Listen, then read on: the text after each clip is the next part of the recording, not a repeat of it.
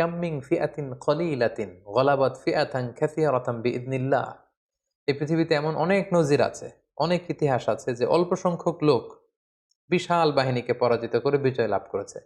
দরকার শুধু দৃঢ় মনোবলের, দরকার শুধু হিম্মতের। সবসময় ইসলামে একটা জিনিস খেয়াল রাখতে হবে যে সংখ্যা দিয়ে সফলতা নির্ধারিত হয় না, বরং সফলতা নির্ধারিত হয় সিনসিয়ারিটি দিয়ে।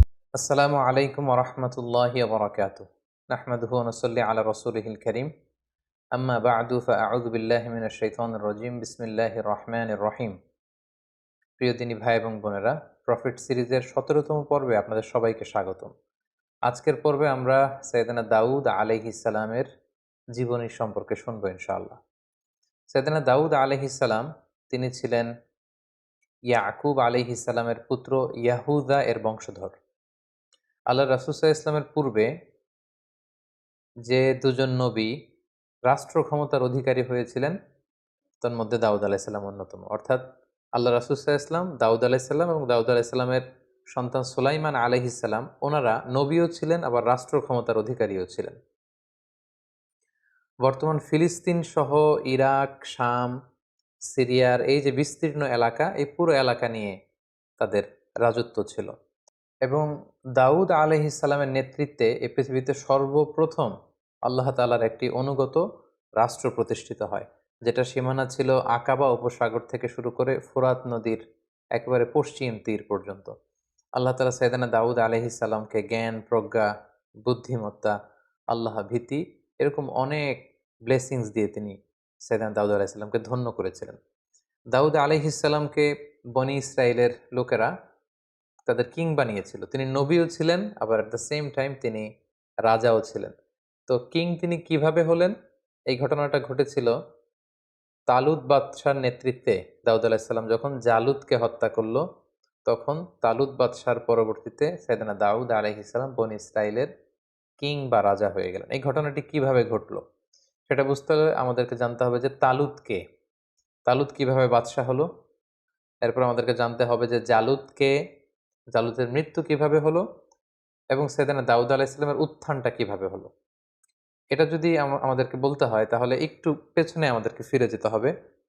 আমরা জানি যে সাইয়েদনা মূসা আলাইহিস সালাম তিনি যখন বনি ইসরাইলকে নিয়ে লোহিত সাগর পার হয়ে তিহ প্রান্তরে, অর্থাৎ মিশর আর ফিলিস্তিনের মাঝখানে তিহ প্রান্তর, সেখানে অবস্থান করলেন। ৪০ বছর তারা সেখানে থাকলো।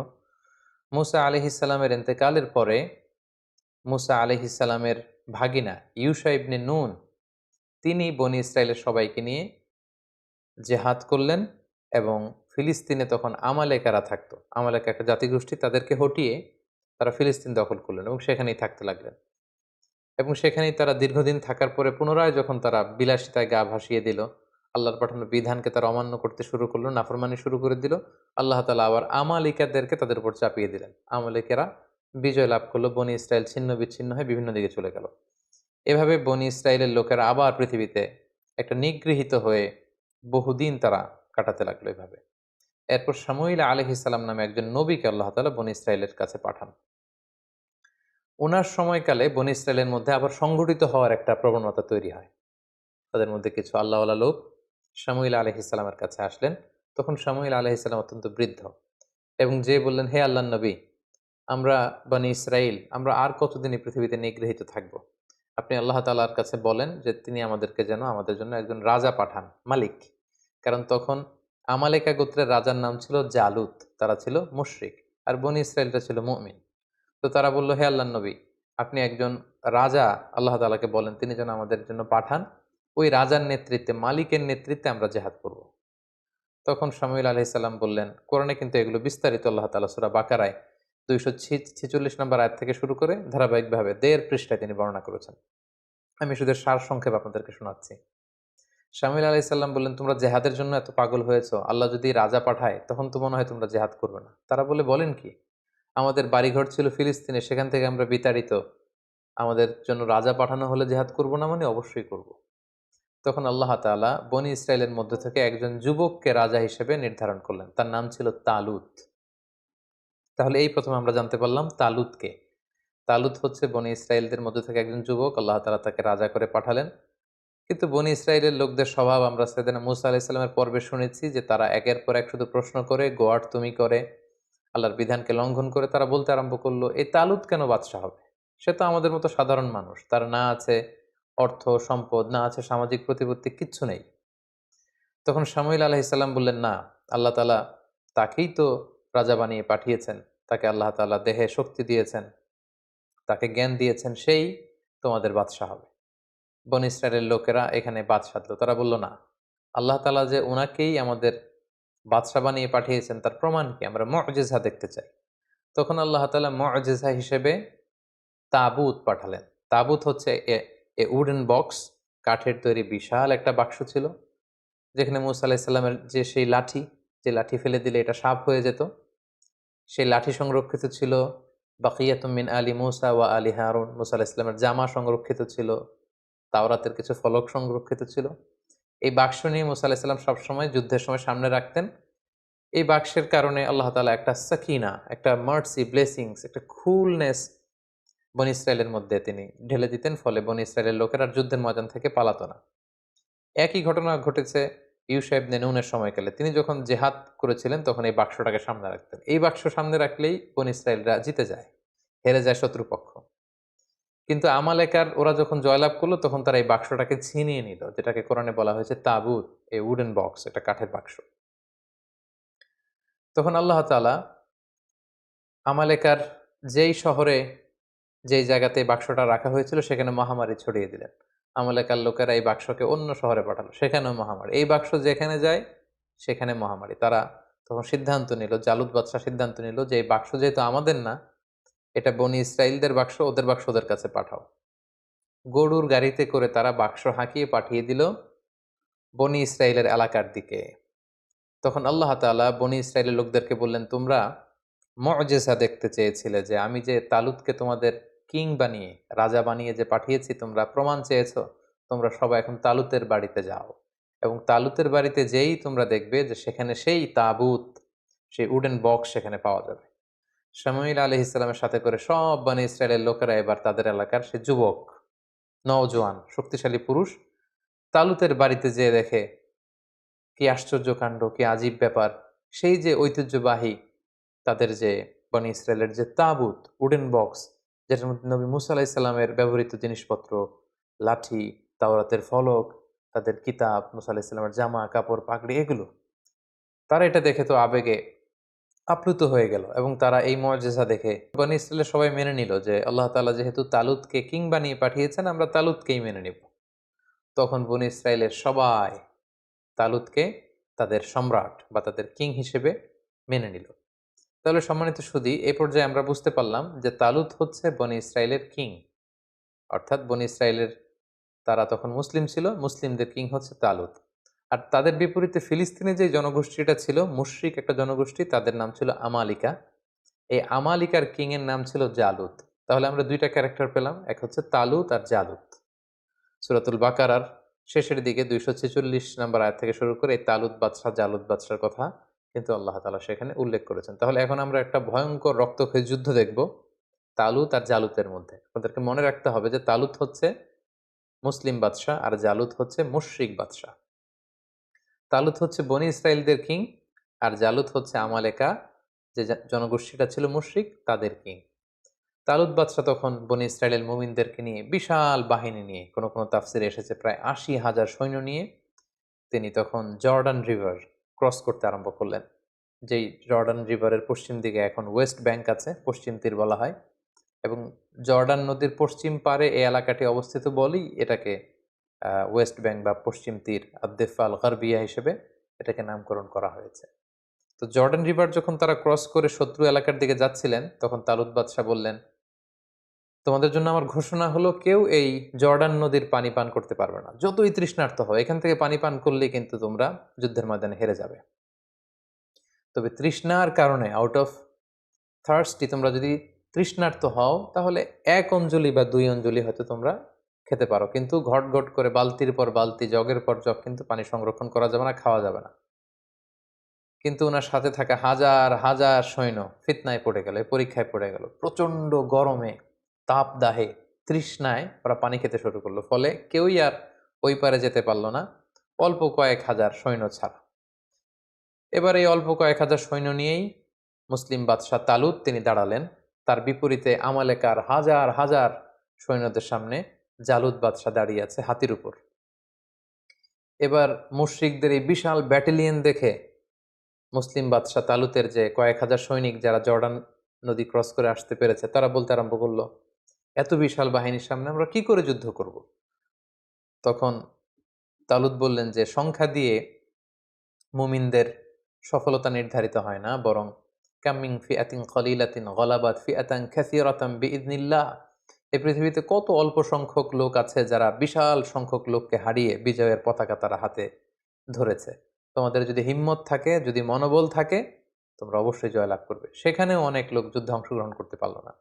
কোনো কোনো ঐতিহাসিকগণ বলেন যে মাত্র ৩১৩ জন সৈন্য নিয়ে তালুত বাদশাহ আল্লাহর নামে জালুত বাদশার দিকে ছুটতে আরম্ভ করলেন, এবং সেই মুহূর্তে তিনি ঘোষণা দিয়েছিলেন যে মুশরিকদের রাজা জালুতকে যে হত্যা করবে সেই আমার পরে বনী ইসরায়েলের কিং হবে, এবং আমার মেয়েকে আমি তার সাথে বিবাহ দিব। সাইয়েদনা দাউদ আলাইহিসসালামের বাবা ছিল তালুত বাদশার একজন সেনাপতি, এবং দাউদ আলাইহিসসালামের বাবা তার ১০ ছেলে, কোনো বর্ণনায় ১১ ছেলেকে নিয়ে যুদ্ধে এসেছিল। এর মধ্যে সবচেয়ে তরুণ যুবক ছিল দাউদ আলাইহিসসালাম। তিনি আল্লাহর নামে, কোনো কোনো বর্ণনায় এসেছে ইসরায়েলি বর্ণনায় যে তিনি আল্লাহর নামে তীর মেরেছিলেন, কোনো কোনো বর্ণনায় এসেছে পাথর নিক্ষেপ করেছিলেন। উনার সেই তীর অথবা পাথর জালুত বাদশার কপালের মধ্যে লেগে জালুত বাদশাহ ছিটকে পড়ল হাতির উপর থেকে, এবং মুশরিকদের শিবিরে একটা মানে ভীত সন্ত্রস্ত পরিস্থিতি তৈরি হলো, এবং তালুত বাদশাহ যে কয়েকজন সৈনিক সাথে ছিল তারা হামলে পড়ল, এবং জালুত নিহত হওয়ার মধ্য দিয়ে মুসলিমরা সেখানে জয়লাভ করলো। তালুত বাদশাহ জয়লাভ করলো। ফাকাতালা দাউদু জালুতা। সরাসরি আল্লাহ তাআলা কোরআনে উল্লেখ করেছেন যে দাউদ নিজে আলাইহিস সালাম নিজে তিনি জালুত বাদশাকে কিন্তু সেই যুদ্ধে হত্যা করেছেন বা পরাজিত করেছেন। এবং যেহেতু এই যুদ্ধে আমালেকারা পরবর্তীতে পরাজিত হলো, তালুত বাদশাহ জয়লাভ করলেন, এবং তালুত বাদশার যুদ্ধের আগের ঘোষণা অনুযায়ী তিনি তার মেয়েকে দাউদ আলাইহিস সালামের সাথে বিবাহ দিলেন, এবং ওনার পরবর্তীতে কিং হিসেবে দাউদ আলাইহিস সালাম নির্বাচিত হলেন। যেহেতু জালুত বাদশাকে তিনি হত্যা করেছেন, ফলে বনী ইসরায়েলের সবাই যখন এই ঘটনা শুনতে পারলো, তখন দাউদ আলাইহিস সালামের জয় জয়কার। তিনি এক অবিসংবাদিত নেতা হিসেবে বনী ইসরায়েলদের মধ্যে আবির্ভূত হলেন। সম্মানিত সুধী, এই ছিল জালুত বাদশার পরাজয়, তালুত বাদশাহ কিভাবে নির্ধারিত হলেন, এবং তালুত বাদশার সৈনিক হিসেবে দাউদ আলাইহিস সালাম কিভাবে বীর দর্পে সাহসিকতার সাথে জালুত বাদশাকে পরাজিত করে বিজয়ের পতাকা তিনি হাতে নিয়েছিলেন। সম্মানিত সুধী, ঠিক এভাবেই সাইয়েদুনা দাউদ আলাইহিস সালামের উত্থান ঘটেছিল, এবং তিনি সম্মুখ যুদ্ধে সরাসরি জালুতকে পরাজিত করে তিনি ওনার সামরিক শক্তি তিনি প্রকাশ করেছিলেন, এবং বনী ইসরায়েলদের মধ্যে তিনি প্রশংসিত হয়েছিলেন। তালুত বাদশার পরে সাইয়েদনা দাউদ আলাইহিস সালাম যখন বনী ইসরায়েলের কিং বা রাজা হিসেবে তিনি দায়িত্ব গ্রহণ করলেন, তিনি রাজত্ব পেয়ে, কিংডম পেয়েও তিনি সবসময় সাদাসিধে জীবনযাপন করেছেন। সহিহ বুখারী মুসলিমের হাদিস থেকে আমরা জানি যে তিনি দিনের বেলা রোজা রাখতেন, রাতে তাহাজ্জুদ পড়তেন, এবং খুবই সিম্পল লাইফ তিনি লিড করতেন। ওনার ব্যাপারে আল্লাহ তাআলা কোরআনের বিভিন্ন সূরাতে বিভিন্ন আয়াতে উল্লেখ করেছেন। আল্লাহ তাআলা বলছেন, ওয়াযকুর আবদানা দাউদা যাল আইদি ইন্নাহু আওয়াব। সূরাতুস সাদে আল্লাহ তাআলা বলছেন যে হে নবী, আপনি দাউদের কথা কোরআনে উল্লেখ করুন, সে ছিল যাল আইদ, শক্তিশালী, আল্লাহর আইন বাস্তবায়নে শক্তিশালী ছিল। ইন্নাহু আওয়াব, তিনি আল্লাহমুখী ছিলেন, সবসময় আল্লাহমুখী থাকতেন। সূরাতুন নামলের 15 নম্বর আয়াতে আল্লাহ তাআলা বলেন, ওয়ালাকাদ আতাইনা দাউদা ওয়া সুলাইমানা ইলমা। আমি আমার নবী দাউদকে এবং সুলাইমানকে উভয়কে জ্ঞান দিয়েছি। I placed them with knowledge. সূরা সাবার 10 নম্বর আয়াতে আল্লাহ তাআলা বলেন, ওয়ালাকাদ আতাইনা দাউদা মিন্না ফাদলা। আমি দাউদকে আমার পক্ষ থেকে বিশেষ অনুগ্রহ আমি দান করেছি। সূরাতুস সাদের 20 নম্বর আয়াতে আল্লাহ তাআলা বলেন, ওয়াশাদাদনা মুলকা। আমি দাউদের কিংডম, সালতানাতকে মজবুত করেছি। ওয়া আতাইনাহুল হিকমা। আমি তাকে উইজডম দিয়েছি, প্রজ্ঞা দিয়েছি। ওয়া ফাসলাল খিতাব। আর তাকে আমি বিচার কার্যের ফায়সালা কি করে দিতে হয় সেই জ্ঞান আমি দান করেছি। সূরাতুস সাদের 26 নম্বর আয়াতে আল্লাহ তাআলা ইরশাদ করছেন, ইয়া দাউদ ইন্না জাআলনাকা খলিফাতান ফিল আরদ।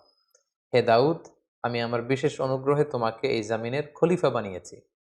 তুমি হচ্ছে এই পৃথিবীর খলিফা, খলিফাতুল্লাহ ফিল আরদ, পৃথিবীতে আল্লাহর খলিফা। ফাহকুম বাইনান নাস বিল হক, মানুষের মাঝে সত্য সহকারে যথাযথভাবে তুমি বিচার কার্যের ফয়সালা করো। ওয়ালা তাত্তাবিউল হাওয়া, হে দাউদ তুমি প্রবৃত্তির অনুসরণ করো না। ফায়ুদিল্লাকা আন সাবিলিল্লাহ, প্রবৃত্তির অনুসরণ যদি করো তাহলে এই প্রবৃত্তির অনুসরণ তোমাকে আল্লাহর রাস্তা থেকে বিচ্যুত করে দিবে। এভাবে বিভিন্ন আয়াতে আল্লাহ তাআলা দাউদ আলাইহিস সালামের ব্যাপারে উল্লেখ করেছেন। সাইয়েদনা দাউদ আলাইহিস সালামকে আল্লাহ স্পেশাল একটা মুআজিজা দিয়েছিলেন, সেটা হচ্ছে তিনি যদি লোহার মধ্যে হাত লাগাতেন মুহূর্তেই সেই লোহা গলে নরম হয়ে যেত। অর্থাৎ লোহা নরম হওয়ার মুআজিজা আল্লাহ তাআলা দাউদ আলাইহিস সালামকে দান করেছিলেন।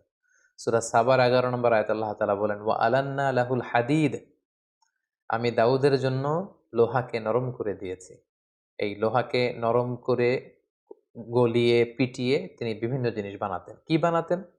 সেটা সূরাতুল আম্বিয়ার ৮০ নম্বর আয়াতে আল্লাহ তাআলা বলছেন যে সাইয়েদনা দাউদ আলাইহিস সালাম বর্ম বানাতেন, আর্মর, সাজোয়া। যুদ্ধের ক্ষেত্রে যুদ্ধের আক্রমণ থেকে, অ্যাটাক থেকে বাঁচার জন্য যোদ্ধারা যে যুদ্ধস্ত্রাণ পরে, লোহার তৈরি শেকলের বুনন দিয়ে তৈরি যে আর্মর পরে, সাজোয়া পরে, তিনি সেটা বানাতে পারতেন। আল্লাহ তাআলা বলছেন, ওয়া আল্লামনাহু সনাআতা লাবুসিল লাকুম, আমি দাউদকে কি করে যুদ্ধের পোশাক বর্ম বানাতে হয় সেটা শিখিয়েছি, লিতুহসিনাকুম মিন বাসিকুম, যাতে করে এই বর্ম পরার কারণে যুদ্ধের ময়দানে আঘাত থেকে তোমরা বাঁচতে পারো। সাইয়েদনা দাউদ আলাইহিস সালামের একটি বিশেষ গুণ ছিল যে তিনি নিজ হাতে উপার্জন করতেন। এত বড় রাজত্ব পেয়েও, এত বড় কিংডম পেয়েও কিন্তু তিনি সাদাসিধে জীবনযাপন করেছেন। সহিহ বুখারীর 2072 নম্বর হাদিসে আল্লাহ রাসূল সাল্লাল্লাহু আলাইহি ওয়াসাল্লাম বলেন, ওয়া ইন্না নাবিয়াল্লাহি দাউদ আলাইহিস সালাম কানা ইয়াকুলু মিন আমালি ইয়াদিহি, আল্লাহ নবী দাউদ আলাইহিস সালাম নিজ হাতে উপার্জিত অর্থ থেকে জীবন ধারণ করতেন। ভেরি সিম্পল লাইফ লিডিং তিনি করতেন। সবচেয়ে মজার ব্যাপার হচ্ছে নবীদের মধ্যে সবচাইতে সুরেলা কণ্ঠের অধিকারী কিন্তু ছিলেন সাইয়েদনা দাউদ আলাইহিস সালাম। উনি যখন, ওনার উপর কিন্তু নাজিল হয়েছিল 4টা যে মেজর মৌলিক আসমানি কিতাব, জাবুর কিতাবটি আল্লাহ তাআলা দাউদ আলাইহিস সালামের প্রতি নাজিল করেছেন, এবং তিনি যখন আকাবা উপসাগরের তীরে বসে জাবুর কিতাব তেলাওয়াত করতেন, আকাশের পাখিগুলো ড্রপ করে নিচে নেমে যেত, তার চারদিকে প্যারেড করতে থাকতো, ঘেরাও দিয়ে থাকতো। সাগরের মাছগুলো সাগর ছেড়ে দিয়ে কিনারায় চলে আসতো। ওনার তাসবির সাথে সাথে পাহাড়গুলো, পাখিগুলো সবকিছু তাসবিহ পড়তে থাকতো। সুবহানাল্লাহি বিহামদি। আল্লাহ তাআলা সূরা নিসার 163 নম্বর আয়াতে বলছেন, ওয়া আতাইনা দাউদা জাবুরা, আমি দাউদকে জাবুর কিতাব দান করেছি। সূরাতুল আম্বিয়ার ৭৯ নম্বর আয়াতে আল্লাহ তাআলা বলেন, ওয়া সাখখারনা মা'a দাউদ আল জিবাল ইউসাব্বিহনা ওয়াত তায়র, আমি পাহাড়কে দাউদের জন্য বশীভূত করেছি। সে যখন তাসবিহ পড়তো, জাবুর পড়তো, পাহাড়ও পড়তো, পাখিরাও তাসবিহ পড়তো। সূরা সদের 18 এবং 19 নম্বর আয়াতে আল্লাহ তাআলা বলেন, ইন্না সাখখারনাল জিবালা মাআহু ইউসাব্বিহনা বিল আশি ওয়াল ইশরাক, পাহাড়কে আমি দাউদের জন্য বশীভূত করেছি। সকাল সন্ধ্যা সে যখন তেলাওয়াত করতো, পাহাড়ও তাসবিহ পড়তো। ওয়াত তায়রা মাহশুরা, পাখিগুলো এসে ওনার চারদিকে ভিড় জমাতো। কুল্লুল্লাহু আওয়াব, সবকিছু আল্লাহ তাআলার তাসবিহ পড়তো। এবং দাউদ আলাইহিস সালামের কণ্ঠ যে অত্যন্ত সুন্দর ছিল, মেলোডিয়াস ভয়েস ছিল, এটা বিশ্বনবী সাল্লাল্লাহু আলাইহি ওয়াসাল্লাম উল্লেখ করেছেন। সহিহ মুসলিমের 793 নম্বর হাদিসে একটি ঘটনা এসেছে যে আবু মুসা আল আশআরী রাদিয়াল্লাহু তাআলা আনহু সাহাবাদের মধ্যে খুব সুরেলা কণ্ঠের অধিকারী ছিলেন। তো উনি একবার রাতে ঘরে বসে কোরআন তেলাওয়াত করছেন, আল্লাহ রাসূল সাল্লাল্লাহু আলাইহি ওয়াসাল্লাম ওনার ঘরের পাশ দিয়ে যাচ্ছিলেন। তিনি হঠাৎ দাঁড়িয়ে দীর্ঘ সময় কোরআন তেলাওয়াত শুনলেন। তারপর দিন ফজরের পরে তিনি আবু মুসা আল আশআরী রাদিয়াল্লাহু তাআলা আনহুকে বললেন, হ্যাঁ আবু মুসা, তুমি কি জানো গত রাতে আমি তোমার ঘরের পাশে দাঁড়িয়ে তোমার কণ্ঠের কোরআন তেলাওয়াত শুনেছি। ইয়া আবা মুসা লাকাদ উতিতা মিজমারান মিন মাজামিরি আলি দাউদ, দাউদ আলাইহিস সালামের বংশে বা দাউদ আলাইহিস সালামের কণ্ঠে আল্লাহ যে সুরের ঝংকার দিয়েছেন, এই উম্মতের মধ্যে তোমার কণ্ঠে আল্লাহ তাআলা সেই সুরের ঝংকার ঢেলে দিয়েছে। সুবহানাল্লাহি বিহামদি। সহিহ মুসলিমের হাদিস থেকে বোঝা যায় যে দাউদ আলাইহিস সালামের কণ্ঠ যে অসাধারণ ছিল, এটা রাসূল সাল্লাল্লাহু আলাইহি ওয়াসাল্লাম স্বীকৃতি দিয়েছেন। আল্লাহর নবী সাইয়েদনা দাউদ আলাইহিস সালাম তিনি আকাবা উপসাগরের তীরে বসে ওনার উপর নাজিল হওয়া জাবুর কিতাব তিনি শনিবারে তেলাওয়াত করতেন, এবং আমরা জানি শনিবারটি হচ্ছে ইহুদিদের কাছে অত্যন্ত পবিত্র দিন। এজন্য সাইয়েদনা দাউদ আলাইহিস সালাম যখন শনিবারে জাবুর কিতাব তেলাওয়াত করতেন আকাবা উপসাগরের তীরে বসে। সাগরের মাছগুলো তখন এই তেলাওয়াত শুনবার জন্য তীরে চলে আসতো, সাগর ছেড়ে দিয়ে ডাঙ্গার কাছাকাছি চলে আসতো। এজন্য আল্লাহ তাআলা সে এলাকাতে ঘোষণা দিলেন যে শনিবারে মাছ ধরা নিষেধ, শনিবারে কেউ মাছ ধরতে পারবে না। সপ্তাহের বাকি ৬টি দিন তোমরা মাছ শিকার করতে পারবে, কিন্তু শনিবারে কেউ মাছ শিকার করতে পারবে না। দাউদ আলাইহিস সালামের কওমের লোকেরা তারা কৌশল করলো, তারা শনিবারে কেউই মাছ ধরতো না, বরং মাছগুলো যখন আসতো তারা সাগরের মধ্যে বেড়ি দিয়ে রাখতো, বাঁধ দিয়ে রাখতো, যাতে করে মাছগুলো আবার ফিরে যেতে না পারে। তারা রবিবারে যে সে মাছগুলো ধরতো। সবাই বলতে আরম্ভ করলো, কেন এই মাছগুলো ধরছো? তারা তখন উত্তরে বলতো, কৌশল করে বলতো যে আল্লাহ তাআলা তো শনিবারে মাছ ধরা নিষেধ করেছেন, আমরা তো শনিবারে ধরছি না, আমরা মাছ ধরছি রবিবারে। তাদের এই কৌশলের কারণে আল্লাহ তাআলা তাদের প্রতি রাগান্বিত হয়ে ঘোষণা দিলেন, খুনু কিরাদাতান খাসিইন, তোমরা আমার এই বিধান, আমার এই নির্দেশনা, আমার এই আদেশকে লঙ্ঘন করার কারণে অভিশপ্ত বানর হয়ে যাও। ফলে তারা বানর হয়ে গেল। তার মানে দাউদ আলাইহিস সালামের কওমের মধ্যে থেকে যারা আল্লাহ তাআলার এই বিধানটি অমান্য করেছিল, তাদেরকে কিন্তু আল্লাহ তাআলা অভিশপ্ত বানরে রূপান্তরিত করেছিলেন। আল্লাহর নবী দাউদ আলাইহিস সালাম তিনি একদিন অন্তর অন্তর সিয়াম পালন করতেন, যেটি সুনানে নাসাইর 2388 নম্বর হাদিসে উল্লেখ রয়েছে। আল্লাহ রাসূল সাল্লাল্লাহু আলাইহি ওয়াসাল্লাম বলেছেন যে আফদলুস সিয়াম সিয়ামু দাউদ, রোজার মধ্যে পৃথিবীতে শ্রেষ্ঠ রোজা হচ্ছে দাউদ নবীর রোজা। কারণ কানা ইয়াসুম ইয়াওমান ওয়া ইউফতিরু ইয়াওমান, তিনি একদিন রোজা রাখতেন, তারপর দিন রাখতেন না, এরপরের দিন আবার রাখতেন, তারপরের দিন আবার রাখতেন না। সুবহানাল্লাহ, তিনি এভাবে সারা জীবন একদিন অন্তর অন্তর রোজা রেখেছেন। সাইয়েদনা দাউদ আলাইহিস সালামের ব্যাপারে হাদিসে একটি চমৎকার ঘটনা উল্লেখ রয়েছে। সেখানে আমরা জানতে পারি যে সাইয়েদনা আদম আলাইহিস সালাম, আমাদের আদি পিতা, দাউদ আলাইহিস সালামের প্রতি খুশি হয়ে উনি উনার নিজের জীবনের 40 বছর দাউদ আলাইহিস সালামকে দান করেছিলেন। ঘটনাটি কেমন ছিল? আল্লাহ তাআলা যখন আদম আলাইহিস সালামকে তৈরি করলেন, আদম আলাইহিস সালামের পিঠে আল্লাহ তাআলা মাসেহ করলেন, সেখান থেকে হাজার হাজার লক্ষ লক্ষ মানুষ ছড়িয়ে পড়ল। তখন আদম আলাইহিস সালাম জিজ্ঞেস করলেন, আল্লাহ এরা কারা? আল্লাহ তাআলা বললেন, এরাই হবে তোমার বংশধর পৃথিবীতে। তাদের মধ্য থেকে একজনের চেহারা খুব জ্বলজ্বল করছিল। সাইয়েদনা আদম আলাইহিস সালাম বললেন, আল্লাহ একে? আল্লাহ তাআলা বললেন, ইনি হচ্ছে তোমার সন্তান দাউদ। তো আদম আলাইহিস সালাম বললেন, কামা উমরুহ, এই দাউদের বয়স কত? আল্লাহ তাআলা বললেন, সিত্তুনা সানা, এত সুন্দর সন্তান, তার মাত্র 60 বছর বয়স, তাকে আমার বয়স থেকে আপনি আরো 40 বছর দিয়ে দিন। আল্লাহ তাআলা বললেন, ঠিক আছে আদম, তোমার বয়স থেকে আমি 40 বছর দাউদকে দিয়ে দিলাম। সাইয়েদনা দাউদ আলাইহিস সালামের মোট বয়স ছিল 60, আদম আলাইহিস সালাম দিলেন 40, তিনি পৃথিবীতে 100 বছর বেঁচে ছিলেন। তো সাইয়েদনা আদম আলাইহিস সালাম যেহেতু 40 বছর তিনি দান করে দিয়েছেন, ওনার যে মৃত্যু নির্ধারিত সময় তার ঠিক 40 বছর আগে মালাকুল মাউত, মৃত্যুর ফেরেশতা, যাকে আমরা আজরাইল আলাইহিস সালাম বলি, উনি চলে এসেছেন। এসে বললেন যে, হে আদম আলাইহিস সালাম, আপনার মৃত্যুর সময় হয়েছে, আমি আপনার রূহ কবজ করতে এসেছি। আদম আলাইহিস সালাম বললেন, না তো, আল্লাহ তাআলা তো আমাকে বলেছেন যে আমি 1000 বছর বেঁচে থাকবো, এখনো তো আমার 40 বছর বাকি। মালাকুল মাউত বললেন যে, না, ঠিকই আপনার 1000 বছর ছিল, কিন্তু আপনি সে রুহের জগতে আপনার সন্তান দাউদকে দেখে এতটাই খুশি হয়েছিলেন, তখন আপনার নিজের হায়াত থেকে, জীবন থেকে আপনি 40 বছর দান করে ফেলেছিলেন। আদম আলাইহিস সালাম বললেন, না তো, আমি তো কাউকে দান করিনি। আসলে আদম আলাইহিস সালাম তখন এটা ভুলে গিয়েছেন। তিনি অস্বীকার করলেন। বললেন, না, আমি কাউকে আমার হায়াত থেকে, আমার জীবন থেকে কিছুই দান করিনি। হাদিসে এসেছে যে ফাজাহাদা আদম ফাজাহাদাত যুররিয়াতু, আদম আলাইহিস সালাম তখন অস্বীকার করলেন, ফলে আমরাও অনেক কিছু ভুলে যাই আর অস্বীকার করি। ফানাসিয়াত যুররিয়াতুহু, আদম আলাইহিস সালাম ভুলে গিয়েছেন, আমরাও ভুলে যাই। তিনি অস্বীকার করেছেন, আমরাও মাঝে মাঝে অস্বীকার করি।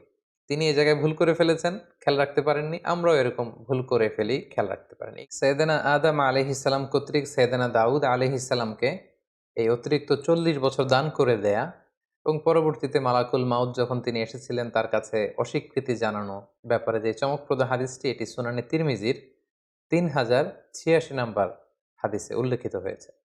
সম্মানিত সুধী, এ পর্যায়ে আমরা সাইয়েদনা দাউদ আলাইহিস সালামের জীবনী থেকে আমাদের জন্য কি কি শিক্ষা রয়েছে, লাইফ লেসন রয়েছে, আমরা সেগুলো নিয়ে আলোচনা করব। প্রথম যে শিক্ষাটা আমরা দাউদ আলাইহিস সালামের জীবনী থেকে পাই, সেটা হচ্ছে নবীরা সাহসী হয়, বীর হয়, দে আর ব্রেভ। পৃথিবীর সকল নবীরা সাহসী ছিলেন। এই পৃথিবীতে এমন কোনো নবী খুঁজে পাওয়া যাবে না যিনি ভীরু ছিলেন পাওয়া যাবে না, বরং পৃথিবীর সকল নবীরাই সাহসী ছিলেন। আমরা যদি আমাদের নবী বিষ্ণু ইসা ইসলামের ঘটনা দেখি, দেখব যে তিনি সাহসী ছিলেন। মুসা আলাহিসাল্লাম সাহসী ছিলেন। দাউদ আলাহিসাল্লামের যে ঘটনাটা, তিনি কিশোর হয়ে যুবক হয়েও মুশরিকদের প্রতাপশালী বাদশাহ জালুদকে তিনি পরাজিত করেছেন, নিজে হত্যা করেছেন। সুবহানাল্লাহ বিহামদিহি। সো নবীদের জীবনী থেকে বীরত্বের এই শিক্ষাটা কিন্তু আমরা পাই। দ্বিতীয় যে শিক্ষাটা আমরা পাই সেটা হচ্ছে বিজয়ের জন্য খুব বিশাল সংখ্যক লোকের দরকার নেই। স্বল্প সংখ্যক লোক তাদের ইফোর্ট যদি খুব মন থেকে হয়, তাদের ডেডিকেশনটা যদি ওই রকম হয়, তাহলে স্বল্প সংখ্যক নিবেদিত প্রাণ দিয়েও কিন্তু অনেক বিরাট কাজ করে ফেলা যায়। যার জ্বলন্ত প্রমাণ হচ্ছে তালুত বাদশার নেতৃত্বে মাত্র ৩১৩ জন নিয়ে যে তারা বিশাল এই মুশরিক জালুত বাদশাকে পরাজিত করেছে। কোনো কোনো তাফসিরে এসেছে ৮০,০০০ সৈন্য নিয়ে তিনি বনী ইসরায়েল থেকে বের হলেন। জর্ডান নদী ক্রস করতে করতে সেখানে আরও প্রায় ৭০,০০০ তারা পানি খেয়ে সেখানে পড়ে রইল। এরপরে যারা ছিল তারা বিশাল বাহিনী দেখে ভীরুতার কারণে সামনে এগোতে পারল না। পরবর্তীতে মাত্র ৩১৩ জন নিয়ে তিনি সামনে এগুলেন এবং আল্লাহ তাআলার মেহেরবানিতে তাদের ডেডিকেশনের কারণে, তাদের মনোবলের কারণে কিন্তু আল্লাহ তাআলা তাদেরকে বিজয় এনে দিয়েছেন। এবং খুব সুন্দরভাবে আল্লাহ তাআলা কালামুল্লাহ মাজিদে উল্লেখ করেছেন যে কাম্মিং ফিআতিন কলিলাতিন গলাবাত ফিআতান কাসীরাতান বিইذনিল্লাহ। এই পৃথিবীতে এমন অনেক নজির আছে, অনেক ইতিহাস আছে যে অল্প সংখ্যক লোক বিশাল বাহিনীকে পরাজিত করে বিজয় লাভ করেছে। দরকার শুধু দৃঢ় মনোবলের, দরকার শুধু হিম্মতের। সবসময় ইসলামে একটা জিনিস খেয়াল রাখতে হবে যে সংখ্যা দিয়ে সফলতা নির্ধারিত হয় না, বরং সফলতা নির্ধারিত হয় সিনসিয়ারিটি দিয়ে। ৩ নম্বর যে শিক্ষাটি আমরা পাই সেটি হচ্ছে নেতৃত্বের জন্য সুস্বাস্থ্যের দরকার হয়। এটা দাউদ আলাইহিস সালামের ছিল। প্রজ্ঞা, ন্যায়নিষ্ঠা, উন্নত মানের বাগ্মিতার দরকার হয়। তার সবগুলোই কিন্তু যথাযথভাবে সাইয়েদনা দাউদ আলাইহিস সালামের জীবনীতে আমরা খুঁজে পাই। ৪ নম্বর যে শিক্ষাটা আমরা পাই যে তিনি এই combined between revelation and kingdom. আমরা বলেছি পৃথিবীতে সর্বপ্রথম ওনার সময়ই একটি আল্লাহ তাআলার বিধান সম্বলিত একটি রাষ্ট্র তিনি প্রতিষ্ঠা করেছিলেন, যেখানে আল্লাহর বিধান দিয়ে বিচার করা হতো, আল্লাহর আইন দিয়ে ফায়সালা দেয়া হতো, যেখানে আল্লাহ তাআলার বাণী দিয়ে তিনি খলিফাতুল্লাহ ফিল আরদ হিসেবে, তিনি আল্লাহর খলিফা হিসেবে পৃথিবীতে তিনি বিচার কার্যের ফায়সালা দিয়েছেন। অর্থাৎ একদিকে তিনি আল্লাহর কাছ থেকে রেভেলেশন রিসিভ করতেন, ওহী, আবার একদিকে তিনি কিংডম অর্থাৎ রাজত্বের দায়িত্ব, দায়ভার কিন্তু তিনি পালন করতেন। তাহলে দুইটা তিনি কম্বাইন করেছেন। তিনি নবীও ছিলেন, আবার রাজাও ছিলেন। তার মানে বোঝা যায় ধার্মিকতা এটা দেশ পরিচালনার জন্য, এটা নেতৃত্বের জন্য, এটা সোশ্যাল লিডারশিপ, এটা পলিটিক্যাল লিডারশিপের ক্ষেত্রে কোনো বাধা নয়, বরং নবীরাই কিন্তু সে নমুনা আমাদের জন্য দেখিয়ে গিয়েছেন। ৫ নাম্বার যে শিক্ষাটি আমরা পাই সেটা হচ্ছে স্পিরিচুয়ালিটি। আপনি যত ধনী হন না কেন, আপনি যত বড় হন না কেন, আপনার আত্মার খোরাকের জন্য কিন্তু আপনার আধ্যাত্মিকতার দরকার আছে। সাইয়েদনা দাউদ আলাইহিস সালাম তিনি রাজপ্রাসাদে থাকতেন, কিন্তু রাতের বেলা তাহাজ্জুদ পড়তে ভুলে যেতেন না। তিনি রাজত্ব পরিচালনা করতেন, তিনি একদিন অন্তর অন্তর রোজা রাখতে ভুলে যেতেন না। তো এই স্পিরিচুয়ালিটির শিক্ষা কিন্তু আমরা সাইয়েদনা দাউদ আলাইহিস সালামের কাছে পাই। অর্থাৎ আমরা যত ধনী হই না কেন, যত বড় পজিশন হোল্ড করি না কেন, আমাদের আধ্যাত্মিক উন্নয়ন কিন্তু আমাদেরকে সুখের সন্ধান দিবে, প্রশান্তির সন্ধান দিবে। ৬ নম্বর যেই ব্যাপারটি আমরা শিখতে পারি সেটা হচ্ছে মেলোডিয়াস ভয়েস। এটা আল্লাহ তাআলার পক্ষ থেকে একটি বড় ব্লেসিং। চমৎকার সুরেলা গলা, সুন্দর কণ্ঠ, এটা কিন্তু আল্লাহ তাআলা সবাইকে দেন না। এ ব্যাপারে সাইয়েদনা দাউদ আলাইহিস সালাম ছিলেন নবীদের মধ্যে স্পেশাল, ইউনিক। উনার কণ্ঠের মতো কারো কণ্ঠ ছিল না। উনি তেলাওয়াত করলে পাখি চলে আসতো, মাছ চলে আসতো, পশুরা চলে আসতো, পাহাড় তাসবিহ পড়তে থাকতো। সো যাদেরকে আল্লাহ তাআলা এই চমৎকার কণ্ঠ দিয়ে ধন্য করেছেন, তারা যেন এই কণ্ঠটাকে ইসলামের পক্ষে কাজে লাগায়। আমরা যেন আমাদের কণ্ঠটাকে, সুরেলা কণ্ঠকে ইসলামের পক্ষে কোরআন তেলাওয়াত করে, সুন্দর নাশিদ পরিবেশন করে, ইসলামের পক্ষে, মানবতার কল্যাণে যেন আমরা আমাদের এই মেলোডিয়াস ভয়েসকে কাজে লাগাতে পারি। সবশেষে ৭ নম্বর যে শিক্ষাটি আমরা পাই সেটা হচ্ছে নিজ হাতে উপার্জিত অর্থের চেয়ে শ্রেষ্ঠ অর্থ আর হয় না। যেটা সহিহ বুখারীতে আল্লাহ রাসূল সাল্লাল্লাহু আলাইহি ওয়াসাল্লাম বলেছেন, এবং তিনি বলেছেন আল্লাহর নবী দাউদ আলাইহিস সালাম নিজ হাতে উপার্জিত অর্থ তিনি ভক্ষণ করতেন। তিনি নবী হয়েও, তিনি রাজা হয়েও, তিনি এত বিশাল সাম্রাজ্যের প্রতাপশালী একজন অধিপতি হয়েও তিনি নিজ হাতে উপার্জিত অর্থ থেকে জীবন ধারণ করতেন। এটা থেকে প্রমাণিত হয় যে নবীরা হার্ড ওয়ার্কিং ছিলেন। কারণ আল্লাহ রাসূল সাল্লাল্লাহু আলাইহি সাল্লাম ইরশাদ করেছেন, মা বাআসাল্লাহু নাবিয়্যান ইল্লা রাআল গানাম। এই পৃথিবীতে আল্লাহ এমন কোন নবী পাঠাননি যারা ছাগল চড়ায়নি। সো সব নবীরা ওনারা পরিশ্রমী ছিলেন, হার্ড ওয়ার্কিং ছিলেন। পরিশ্রম করলে যে লোনা পানি দেহ থেকে বের হয়, সেই লোনা পানিতে জন্ম নেয় সফলতার বীজ। এটাই হচ্ছে নবীদের পয়গাম, এটাই হচ্ছে নবীদের স্লোগান। তাই পরিশ্রমে লজ্জা নেই, কাজে লজ্জা নেই, লজ্জা হচ্ছে অলসতায়। এই বিষয়গুলো কিন্তু আমরা সাইয়েদনা দাউদ আলাইহিস সালামের জীবনী থেকে শিখতে পারি। আল্লাহ তাআলা আমাদের সবাইকে কথাগুলো বুঝার ও সে অনুযায়ী আমল করবার তৌফিক দান করুক। হাযা মা ইনদি ওয়াল ইলমু ইনদাল্লাহ আলাইহি তাওয়াক্কালতু ওয়া ইলাইহি উনীব। ওয়াসসালামু আলাইকুম ওয়া রাহমাতুল্লাহি ওয়া বারাকাতুহু।